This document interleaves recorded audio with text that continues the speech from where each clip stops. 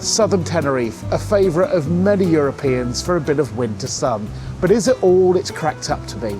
I'm going to take you from here at Playa de Troya all the way down to Los Cristianos. But before that, I think I need a change of bins. I think that's a bit more like it. We'll go off that way.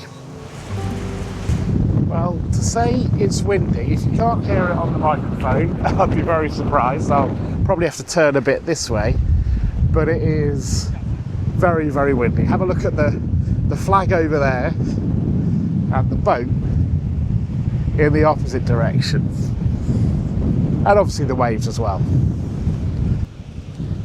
I've known it this windy in Tenerife for quite some time. If I was on Fuerteventura or Lanzarote, this wouldn't surprise me. But at the moment, it's pretty windy. Now in my mid-50s, I've grown to love coming to the Canaries for a bit of winter sun. The heat, it's nice to have. It's just the daylight. I don't know about you, but those dark nights in January and February, they can be a bit of a killer. So to come down to somewhere like here in Tenerife is glorious. And the best of all, because it's out of season to some extent, it's not too busy either. So one thing that you do get on this little walk is a view of one of the neighbouring islands, La Gomera, which is over there. You cannot really see it today. It's all sort of shrouded in cloud, as you can see. But it is a boat ride away from Cristianos, Los Cristianos, which is where we're going to end this walk, which is in some ways a bit of a different place to where we are at the moment. I'm wondering if when we get round the corner, we get closer to Los Cristianos, which is a port, whether we're going to be a bit more sheltered and not have as much wind as this, because it's certainly pretty windy at the moment. But I think when we get round the corner, it might just die away a bit. Now these are people I really admire. I don't know, German grit, British bulldog spirit, Dutch courage, whatever it is, to sit out here. There's only a few of them doing it in a gale, enjoying the sun. You're gonna have something about you, haven't you? Seeing all the COVID stuff just reminds you that we didn't used to be able to travel, but it also seems somehow a bit almost ridiculous that in an open space like this, with the wind blowing like this, you have to keep a couple of meters distance with each other. Anyway, down there it was yellow flag, which, as we see on this little sign, means caution, whereas here the flag is green, which means you can go to the sea. And as you can see, there's surfboard lessons going on here, and I think there's another one going on down there as well. Behind me as well, there's always the reminder that yes, have a look around at the sea and have a look around at the buildings, but never forget to look up behind you, because you know, you got the mountains, you got Mount Tide up there as well. As you'll see later in this video where I finish at Los Cristianos, it is quite different to the experience here, not just with the weather, but also as a place to be. Well, I hope you found that a movie experience. I know. Stick to the day job of vlogging. Don't think comedy's going to be my future. Don't know if you can tell from the microphone, but the wind has actually dropped a touch, a little bit. We've kind of edged a bit round the corner. We've got a bit more to go. And so once we get to Los Cristianos, we're really interested to see if we've got anything like the wind we have here. I guess it was a port, it was always a port, so the reason it's around there is it's more sheltered. So I imagine by the time we get around there, it might be a little less windy. The funny thing is, yesterday when I arrived in Tenerife and I came into Los Cristianos and I was by the beach there, which is where we're going to finish this video, you felt like you could reach out and touch La Gomera, the island over there. At the moment, it couldn't look further away. It's funny, isn't it, what weather can do, clouds can do, because La Gomera does certainly look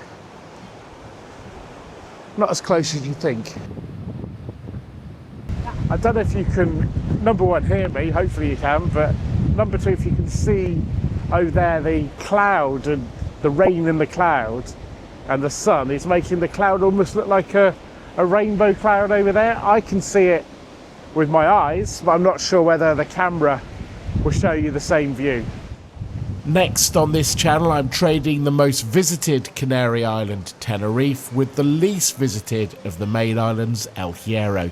To not miss out on looking around this fascinating island, make sure you hit subscribe. Like everywhere these days, you do see a lot of e-bikes all over the place, but in theory, this promenade isn't open to anything but pedestrians, but I've seen a few cyclists coming along as well as I trip my way along this boardwalk. If you're wondering where this place relates to the airport, I don't know, cliffs ahead of us, that little hill, it's sort of over the other side of that, and I'm sure at times you can walk along here and watch the planes come into land. You may have seen in my previous video that, and you can see it here by the way, we circled around Mount Tide and came over this area to land.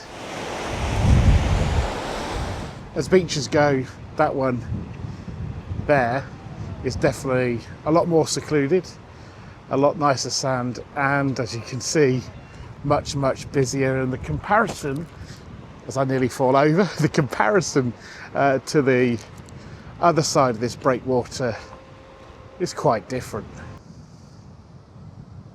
I'm here in mid-January and temperature's around 21, 22, secluded. Like here, it feels a lot warmer than that. Around the corner where we started with the wind, as you might guess, it feels a lot colder than that. It is amazing how much less windy it is here. I know it's all pretty obvious because of where we are now on the southern part of the island rather than the western part, having walked around that corner, but there's barely a breeze in this secluded area. There aren't many of those, so I think it's time to have a chill for a few minutes and take in the view. I know what you were thinking. You were thinking I was going to burn my head. Well, I read your mind. Nice time to chill, but I think it's time to continue the walk and finish the walk at Los Cristianos. This isn't the longest of walks, and on the screen now I'll put the details of how long it was in terms of miles and kilometres, but it's not very far, to be honest. I'll also put in the description the places that I've been past, but to be honest, if you just follow the promenade, you're not going to get lost. Well, probably not.